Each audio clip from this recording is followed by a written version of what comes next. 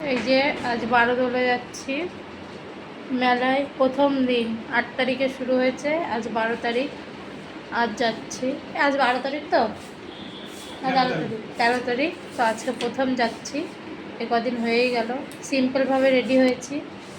এই যে আমার বড় রেডি হয়েছে, ও সিম্পলভাবে প্রথম দিন ছেঁড়া ফাটা প্যান্ট পরেছে, আর আমি এই চুড়িদারটা পরেছি। চলো যাই। লাইফটা দুপুরে খাওয়ার পর একটু রেস্ট নিয়েছিলাম, তো সন্ধ্যাবেলায় বেরোলাম মেলায় যাওয়ার জন্য। তো চড়ক মেলা না, এটা আমাদের কৃষ্ণনগরে 12 দোল মেলা। তো এই মাসেই হয়, তো 8 তারিখে শুরু হয়েছে। তো আজ আমরা যাচ্ছি। তো এই যে দেখো, চলে গেলাম দুজনে বেরিয়ে। তো আমরা মেন গেট দিয়ে যাইনি, এটা মানে কি বলে, রাজার দিঘির এই সাইডটা দিয়ে গিয়েছিলাম, পেছন দিকটা দিয়ে।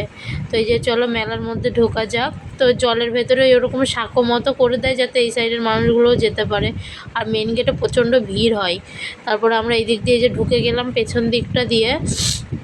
তারপরে এই যে প্রথমেই দেখো সামনেই এতগুলো দোকান, আচারের দোকান টোকান ছিল। তো এখানে এই যে বালি দিয়ে এই যে আর্টের কিছু করা হয়েছিল, দারুণ দারুণ সব করেছিল বালি দিয়ে, মানে একজন। তো ওনাকে ভিডিওতে নিয়েছি কিনা খেয়াল নেই, তো উনি ওখানেই ছিলেন। দেখো কি সুন্দর করে এগুলো করেছে।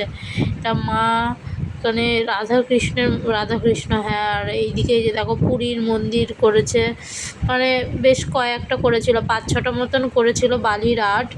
খুব সুন্দর হয়েছিল, খুব দারুণ হাতের কাজ, ওনার উনি নিজে হাতে করেছেন একাই। এইদিকে দেখো গণেশ আছে, খুব সুন্দর। ওনাকে ক্লিপে নেওয়া হয়নি, পরের দিন গেলে নেব, আবার যাব এখানটায়। ওখানে ডোনেশন বক্স আছে, যে যার যা ইচ্ছে ওখানে ডোনেট করতে পারে। তারপরে ওই যে ওখান থেকে বেরিয়ে এই সাইডটা একটু ঘুরে দেখলাম কি আছে। তো ফার্স্ট ডে এর জন্য ঘুরে ঘুরে দেখছিলাম কি আছে। তো এইদিকে যে সোফা টোফা, তারপরে ফার্নিচারের এই যে একটা দোকান দিয়েছে এখানে স্টল মতো।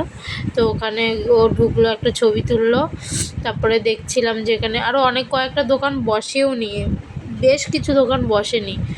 তো 7-8 দিন তো হয়ে গেছে, এখনও বসেনি, হয়তো পরে বসবে। তারপরে যে এখানে একটা দোকানে চলে গেলাম, বেশ দরকারি জিনিসপত্র এখানে মানে বিক্রি হচ্ছিল। তো উনি দেখাচ্ছিল একটা মাসাজের একটা কিছু, ওই যে ও বলছিল দেখি কিভাবে হয়।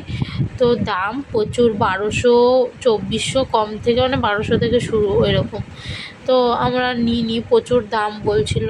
তো ওখান থেকে দেখে চলে আসলাম। তারপরে দেখো পাথরের একটা দোকানে কত সুন্দর সুন্দর পাথরের জিনিস, সফট টয়ের দোকানে সফট টয় ভর্তি। এদিকে পাঁপড় ভাজা, তারপরে আচারের অনেকগুলো দোকান বসেছিল এদিকে। তারপরে এইদিকে দেখো মানে অক্সিডাইজের জিনিসপত্র, জুয়েলারি সব বসেছে। এই যেখানে সিটি বাজার মানে কিছু একটা কমিটি মতো করেছে। আমার খুব ঠান্ডা লেগেছে, ওই জন্য এইভাবে নাক টেনে টেনে কথা বলছি। তো বিরিয়ানি থেকে শুরু করে সমস্ত দোকানই এখানে আছে।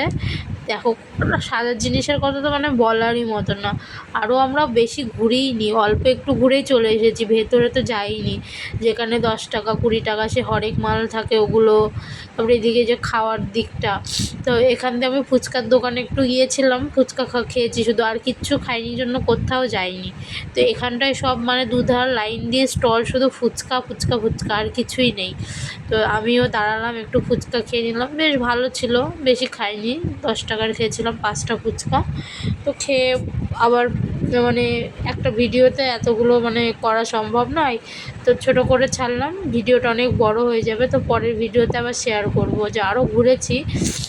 আবার আমার বর এই যে আইসক্রিমের দোকানে দাঁড়ালো, আমার ঠান্ডা লেগেছে সেহেতু আমি খেলাম না, ও খেয়েছে আমুলের আইসক্রিম। তাছাড়া অন্য আইসক্রিম খেতে পারি না, ভালো লাগে না। তো আমুলের দোকানে দাঁড়ালাম আইসক্রিম খাওয়ানোর